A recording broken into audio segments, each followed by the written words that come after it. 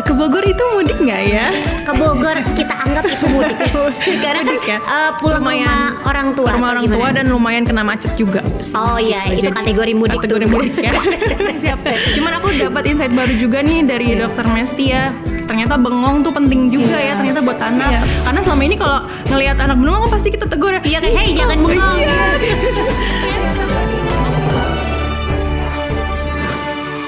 Hai Mas, masih bersama saya Nikta Gina. Mudah-mudahan Mam semuanya dalam kondisi sehat walafiat. Dan gimana puasanya? Lancar ya mudah-mudahan sampai hari ini ya. Semangat pokoknya karena bentar lagi kita akan lebaran insya Allah. Nah kalau misalnya momen lebaran itu abis itu identiknya adalah dengan mudik. Alhamdulillah kan dari tahun lalu kita sudah bisa mudik. Terus kemudian di tahun ini pun mungkin PPKM sudah dicabut, penggunaan masker udah semakin longgar, mudiknya juga mungkin bisa lebih santai. Tapi kalau mudik bareng anak, itu pasti lumayan challenging tuh. Nah nanti kita bakal ngobrolin seputar itu ya Mams. Mudik lebaran bersama anak. Dan bakal ngobrol juga dengan dua bintang tamu saya yang spesial. Tapi sebelum saya memperkenalkan, saya mau ngajak dulu nih buat Mams semuanya untuk follow Instagramnya Lifeboy di @lifeboyid. Dan jangan lupa juga untuk subscribe YouTube channelnya Lifeboy ID juga namanya.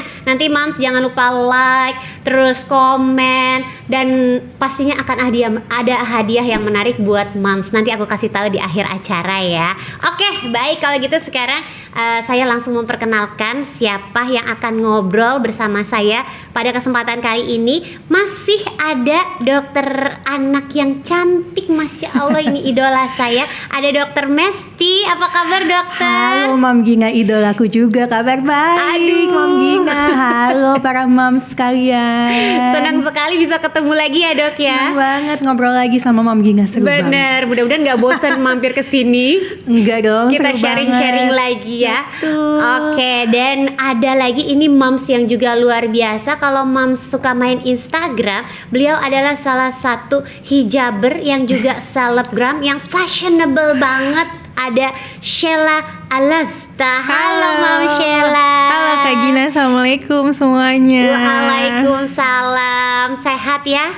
Alhamdulillah. Puasa lancar? Alhamdulillah, mudah-mudahan lancar ya. Tadi kan di awal aku udah sempet ngobrol-ngobrol ya, ngebahas kalau abis puasa terus kita lebaran, insya Allah abis itu identik sama kalau momen lebaran itu kan sama mudik-mudikan ya dok ya Mam Sheila ya. Biasanya mudik itu adalah aktivitas yang menurut aku menyenangkan sih, bisa berkumpul, ketemu sama keluarga yang mungkin selama ini kita nggak ketemu gitu ya. Tapi kalau mudiknya bareng sama anak, aku sih jujur merasakan riuh ya, lumayan riuh gitu, apalagi kalau mudiknya jauh gitu. Nah kalau mungkin cerita dulu dari Mam Sheila, tahun lalu mudik nggak? Mudik dong. Kemana nih? Ke Bogor itu mudik nggak ya? Ke Bogor kita anggap itu mudik. Karena Mudik kan ya? pulang ke rumah orang tua. Ke rumah atau orang gimana? tua dan lumayan kena macet juga sih, Oh iya, gitu. itu Jadi, kategori mudik kategori tuh. mudik ya. Oke, kena macet itu udah kayak merasakan lah hiruk pikuknya bener. mudik ya. Terus gimana waktu tahun lalu pengalamannya? Jadi kalau tahun lalu sih lumayan udah agak well prepare ya, karena udah anak dua nih. Nah yang agak kaget tuh mungkin pas anak aku baru yang pertama. Terus biasanya kan kalau mudik cuman sama suami aja berdua, tinggal bawa badan udah beres ya. Kalau misalnya berhenti pun aman gitu, bebas lah. Nah semenjak punya anak nih mungkin agak ya itu challenging banget, karena ternyata anak aku yang pertama tuh demam tiba-tiba. Wah. Demam. Terus aku bingung kan nih, aku lanjut apa enggak mudiknya, apa kita di rumah aja segala macam. Tapi ternyata aku memutuskan untuk lanjut. Tapi ya itu ternyata karena nggak well prepare jadi agak kaget-kaget gitu dok, dan kalang kabut lah ibaratnya katanya mah gitu. Jadi sempat mengalami kayak momen anak demam, tapi harus mudik juga gitu. Kalau dokter Mesti mudik kah? Kebetulan asli Jakarta. Oh asli Jakarta, jadi di Jakarta aja ya. Tidak merasakan hiruk pikuknya mudik ya? Enggak mudik, tapi memang beberapa kali juga traveling perjalanan jauh sama anak naik mobil sih, jadi cukup bisa relate juga. Nah itu dia, biasanya tuh seperti itu kan. Kalau misalnya kayak tadi yang Mam Sheila bilang bahwa kayak harus mudik, tapi udah gitu anak sakit, Nah itu kan kayak hal-hal yang kerap terjadi ya dok. Betul, ya. dan harus dipersiapkan. Bener. Nah mungkin tips and trik mudik bersama anak tuh harus gimana nih dok? Oke, ini menarik banget sih. Yang pertama, memastikan perjalanannya kan lancar gitu ya. Jadi dipersiapkan bahwa anaknya selama di dalam mobil itu bisa merasa terfasilitasi dan terhibur. Sebenarnya kan gak harus pakai gadget ya, tapi misalnya kita sambil coba cari pemandangan mobil warna merah mana tunjuk misalnya. Tapi tergantung usia. Misalnya bayi, kita bisa sediakan kaca di depan car seat-nya. Jangan lupa pakai car seat ya, Mams. Oh, biar aman ya. Biar aman, pastikan di mobil pakai car seat karena memang anjurannya dari bayi lahir keluar rumah sakit naik mobil itu perlu pakai car seat. Oke. Nah kemudian biar nggak bosen juga harus dipastikan setiap 2 jam mungkin berhenti sebentar untuk istirahat gitu, dan pastikan kita membawa makanan yang memang bernutrisi juga, karena kadang kan mungkin kalau kita mudik asupannya juga nggak terlalu diperhatikan, iya, atau mau benar. yang ringkes aja akhirnya nutrisinya nggak tercukupi jadi gampang sakit misalnya, atau banyak ketemu orang. Kita harus pantau dulu nih, kalau bayi banget kayaknya nanti dipastikan kalau yang ke tempat yang rame banget mendingan nggak usah dulu deh, karena kan kekebalan tubuhnya masih belum optimal. Dan tadi supaya nggak kagok sakit kita harus prepare nih, jaga-jaga kalau misalnya nanti anakku demam, oh udah bawa obat demam gitu, atau bawa obat-obat dasar lainnya misalnya obat muntah, apalagi kan kalau traveling suka mabok gitu, atau misalnya obat diare, batuk pilek, itu bisa ditanyakan ke dokter anaknya tuh sebelum mudik. Oh oke. Memang kalau mudik bersama anak tuh ibaratnya kayak aku juga, contohnya kan aku ke Bandung gitu ya. Kayak Sheila juga ke Bogor, tapi bawaan aku ke Bandung itu bisa kayak bawaan aku ke Eropa. Bener banget. Sama aja. Banyak banget yang harus dibawa mau gitu pergi ya. sehari, mau pergi sebulan sama aja bawaannya juga banyak gitu. Itu aja yang ibaratnya kayak aku merasa aku sudah cukup well prepare, tapi tetap aja gitu. Ada aja masalahnya, apalagi kalau sama anak-anak ini ditambah lagi kondisinya kan udah semakin longgar ya dok ya. PPKM udah dicabut, bahkan kayak masker udah boleh nggak dipakai kalau di ruangan di outdoor dalam. gitu. Gimana nih cara menjaga supaya kayak aduh biar anak saya nggak sakit deh gitu, karena itu kayak umum sekali terjadi gitu. Aku tuh selalu kalau misalnya kayak abis mudik pun pulang, toto anak demam, batuk atau pilek gitu. Jadi yang pertama memang kita pastikan dulu nih nutrisinya optimal tadi ya, makannya proteinnya cukup, lemaknya cukup, karbohidratnya, mikronutriennya. Jadi makanannya sebisa mungkin bervariasi, dan kalau bisa masak sendiri bagus, kalau nggak bisa sebenarnya kayak makanan fortifikasi juga nggak apa-apa gitu, daripada makanan yang nggak ada nutrisinya. Nah yang kedua dipastikan juga tidurnya cukup, karena tidur berhubungan juga dengan kekebalan tubuh. Jadi misalnya lagi traveling kita harus mikir nih, enaknya berangkat jam berapa ya. Misalnya jam anak tidur kan lebih enak tuh, anak apalagi kalau di mobil itu kan kayaknya lebih nyaman juga untuk tidur, jadi bisa dipasin gitu. Dan tidur malamnya juga dipastikan cukup. Nah ini yang kadang orang tua tuh masih belum optimal ya. Jadi anak kadang masih di atas tahun masih suka kebangun-kebangun, padahal idealnya anak di atas 1 tahun tidur malamnya tuh udah panjang. Masih ada yang aduh kasihan mau nyusuin gitu. Jadi itu udah harus mulai diperhatikan nih. Misalnya anak usia bayi itu tidurnya sehari minimal 14 sampai 16 jam. 1 sampai 3 tahun sekitar 11 sampai 14 jam. 4 sampai 6 tahun 10 sampai 13 jam. Nah, Moms harus hitung tuh anakku tidurnya cukup apa enggak, karena mengaruh juga kekebalan tubuh. Yang ketiga, menjaga kebersihan tentunya, apalagi kan kita traveling misalnya berhenti di rest area gitu kan, atau mau pipis ke toilet, jangan lupa cuci tangan untuk memastikan bersih dari kuman. Itu dia, pokoknya intinya selama mudik itu yang harus diperhatikan gimana caranya supaya anak-anak tidak bosan di perjalanan, yang memberikan stimulasi tapi jangan gadget kali ya dok ya. Iya betul, jadi Aibun udah harus prepare nih. Memang yang namanya orang tua tuh harus selalu siap menyiapkan anaknya ya, apa aktivitasnya. Nah Aibun bisa cari-cari dulu apa sih aktivitas yang cocok sebelum mudik. Misalnya di aplikasi tentang anak udah ada pilihan aktivitasnya mau ngapain gitu. Atau sebenarnya Aibun juga perlu mengajarkan anak tuh bisa bengong. atau daydreaming. Karena kemampuan daydreaming itu studinya penting banget untuk mengasah kreativitas anak dalam melakukan inovasi. Jadi Aibun tuh nggak perlu khawatir, aduh anakku bosen, tapi anakku tuh harus belajar bosen tuh bisa gitu. Bengong dong. Bengong, daydreaming itu penting banget. Jadi di perjalanan diam aja gitu. Iya, boleh. Serius, iya, Dok? beneran. Jadi penting banget orang tuh juga sebagai dewasa pun kita masih harus punya kemampuan daydreaming karena dan yang masalah di masa kini adalah kan kita selalu ada aktivitas. Kalau Iya. di jalan pasti ke gadget gitu. Iya. Jadi makanya kenapa inovasi atau kreativitas tuh agak menurun dan burnout juga makin tinggi karena nggak pernah ada spare waktu untuk kita daydream dan bengong gitu. Padahal itu adalah aktivitas yang sebenarnya beneficial juga.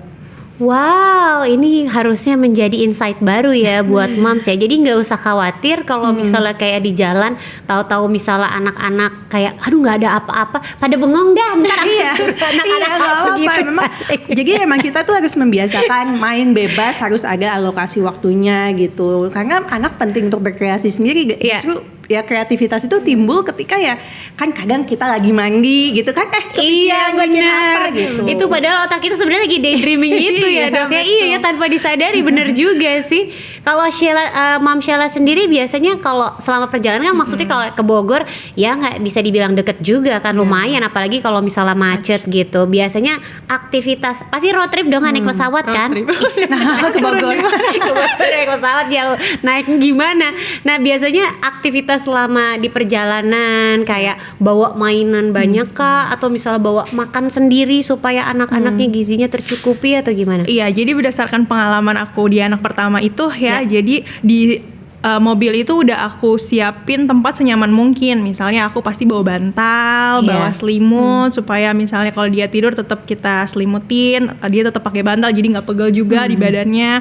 Terus aku siapin mainan karena kan kita nggak tahu ya Dok, kadang kita rencana di rumah untuk kayaknya di mobil kita tidurin aja deh. Karena kan kalau Jakarta Bogor walaupun macet, kalau dia tidur tuh sebenarnya udah nyampe gitu ya. Tapi tiba-tiba dia bangun di tengah jalan kan kita nggak tahu. Gitu. Kita nggak bisa prediksi. Jadi aku pasti siapin makanan juga, snack-snack gitu sama mainan-mainan yang banyak. Jadi kadang tuh kalau mudik satu koper tuh emang untuk mainan aja. Betul. Nah kalau untuk makanan, awalnya aku kan mikirnya nanti di rumah orang tua aku juga ada makanan gitu ya. Jadi aku sengaja nggak bawa. Nah itu ternyata malah bikin aku di tengah jalan pas jam makannya dia ternyata aku kejebak macet. Nah itu aku akhirnya beli makanan yang udahlah yang ada aja cepat saji atau apa. Nah itu mungkin ya yang bisa memicu anak-anak sakit juga ya Dok ya. Akhirnya sekarang tuh aku bikin dari rumah, aku taruh di termos jar gitu. Apalagi kemarin yang masih bayi aku bisa ngasih fortifikasi juga. Jadi intinya aku siapin dulu urusan dimakan gak dimakan tetap aku siapin di mobil gitu. Sama aku siapin the beauty of being mom ya itu. bener, Dimakan gak dimakan harus ada. yang penting ada. Yang penting siap. Cuman aku dapat insight baru juga nih dari Dokter Mesti ya. Ternyata bengong tuh penting juga ya ternyata buat anak. Karena selama ini kalau ngelihat anak bengong kan pasti kita tegur ya. Iya kayak hey jangan bengong gitu. Ternyata perlu. Kalau gitu aku biarin aja Dok yang lama. Nanti kebablasan kalau didiemin doang.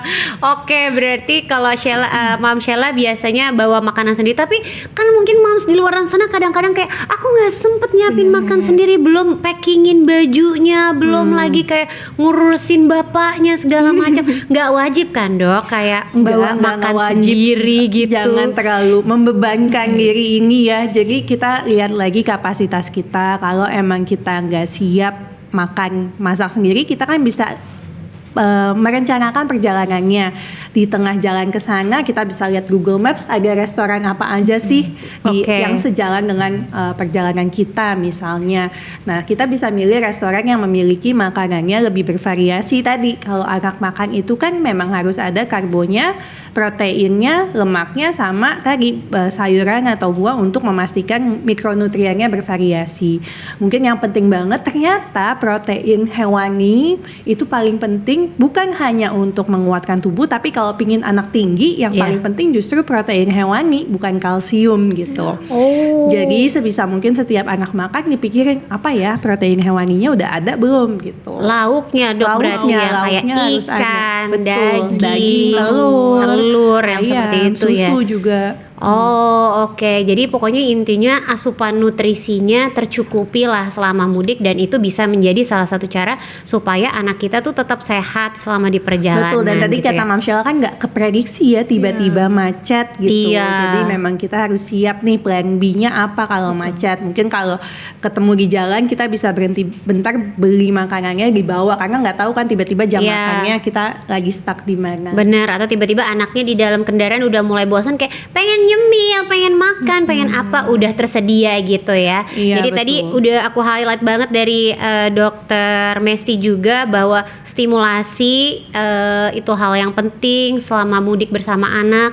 Terus juga kemudian nutrisinya boleh bawa makan sendiri, itu bagus banget. Tapi kalau emang tidak memungkinkan, yang penting kita berusaha untuk mencari tempat-tempat makan yang kira-kira asupan nutrisi buat anaknya ini bisa tercukupi. Dan jangan lupa gitu. higienis juga. Dan jangan lupa higienis. Nah, ngomong-ngomong soal higienis juga ini, jangan lupa untuk jaga kebersihan ya kan. Apalagi kalau misalnya kayak di perjalanan mungkin kita mampir ke toilet umum. Ya. Terus apalagi kalau misalnya mungkin transportasi untuk mudiknya itu menggunakan transportasi umum kayak kereta, bus atau mungkin pesawat segala macam, itu harus dipastikan banget kebersihannya gitu ya, Dok. Salah satunya kan kayak tangan-tangan ini menjadi Iya, sarana apalagi anak kan megang sana, megang sentuh sana, sentuh sini, nanti kucek-kucek mata, masukin tangan ke mulut betul. gitu ya. Jadi harus rajin cuci tangan. betul. Kalau Mam Sheila udah ngajarin belum ke anaknya cuci kebetulan tangan aku nih? emang dunia juga yang paling tua itu udah Iya. sekolah, dan di sekolahnya juga udah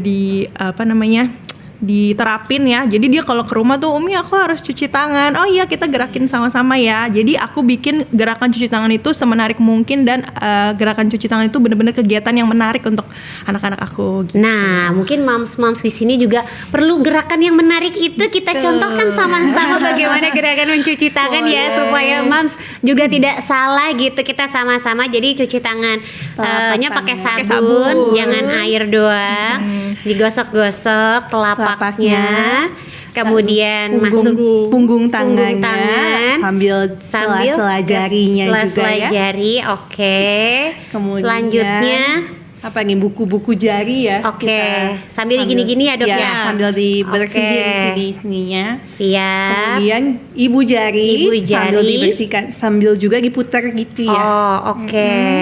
Dua, jangan lupa kanan kiri. Iya, kanan kiri ya, karena tangannya kan ada dua nih. Iya. Dan yang Oke. terakhir was-was kukunya. Untuk Ujung ujung-ujung kuku, jari jari, gitu iya. ya, biar kuman-kumannya yang masuk-masuk mungkin ke kuku-kuku Iya. bisa bersih gitu. Betul. Dan jangan lupa juga untuk cuci tangannya selalu di 5 momen penting ini, sebelum dan sesudah makan, kemudian juga sesudah bersin atau batuk, setelah bermain ini untuk anak-anak, setelah bepergian dari luar rumah jangan lupa pulangnya cuci tangan, juga setelah dari toilet. Bahkan kalau Dokter Mesti gimana, Dok? Kalau biar nggak lupa, mau Iya. setiap ganti aktivitas kita cuci tangan aja. Misalnya Bener. dari main anaknya mau baca buku gitu, cuci tangan gitu. Jadi setiap perubahan aktivitas kita cuci tangan aja. Karena apalagi anak kan tadi nggak tahu ya kapan Iya. tangannya masuk ke mulut gitu. Bener, apalagi anak-anak kalau dikasih tahu kan kadang-kadang sulit ya, nggak boleh ini, Betul. nggak boleh itu, nggak boleh itu, nanti jadinya nggak kreatif. Jadi Dan lebih baik betul lebih mencegah. baik kita mencegah gitu ya, Iya. Dok. Dan tadi kata Mam Sheila juga, pastikan cuci tangan tuh menjadi momen yang menyenangkan, Yes. layaknya bermain sama bundanya. Betul, dan itu yang aku highlight banget dari episode sebelumnya sama Dokter Mesti juga, bahwa cuci tangan itu juga bisa menjadi salah satu sarana untuk melatih stimulasi sensorik ya, Dok ya. Sensori juga, motor halus juga, dan berhubungan dengan kecerdasan anak di masa depan ternyata. Tuh kan luar biasa, jadi manfaat dari cuci tangan ini. Ih, senang banget bisa ngobrol sama Dokter Mesti, bisa ngobrol sama Mam Sheila. Tidak terasa waktunya. Mudah-mudahan Mams bisa mendapatkan manfaat dari obrolan ini. Jadi bisa mewujudkan keluarga siaga Lifeboy bersama kita kuat, dan wujudkan keluarga Indonesia sehat. Terima kasih ya Dokter Mesti. Terima kasih, Mam Mam Sheila. Sheila. Kapan-kapan Mam Sheila. main-main lagi ke podcast keluarga siaga Siap. Lifeboy ya. Nah, seperti tadi Mams, aku udah bilang bahwa di akhir acara aku akan kasih tahu ada Mams yang bisa mendapatkan hadiah produk Lifebuoy selama 1 tahun gratis. Ih, mau gak sih? Caranya tuh gampang banget. Cukup subscribe YouTube channelnya Lifebuoy ID. Udah gitu like, udah gitu ajukan pertanyaan seputar kesehatan, boleh banget di kolom komentar. Nanti moms yang beruntung bisa dapat produk Lifebuoy gratis selama 1 tahun. Atau mungkin kalau misalnya moms punya pertanyaan atau punya keluh kesah mengenai masalah kesehatan keluarga atau anak, pengen konsultasi sama dokter, bisa banget konsul langsung sama dokter gratis pula lewat aplikasi Halodoc. Tapi moms harus beli dulu Lifebuoy yang kemasan pouch ini yang ada tulisannya gratis konsultasi dokter Halodoc. Nanti pakai kodenya Lifebuoy Halodoc, di bagian belakangnya nanti moms bisa lihat cara-caranya, gimana cara untuk konsultasi gratisnya. Tuh menyenangkan banget bukan? Bisa konsultasi gratis sama dokter, bisa dapat hadiah 1 tahun gratis produknya Lifebuoy. Yuk makanya buruan ya subscribe YouTube channelnya Lifebuoy ID. Kalau gitu sepertinya saya harus pamit undur diri. Sampai ketemu lagi di podcast Keluarga Siaga Lifebuoy berikutnya. Sampai jumpa. Bye.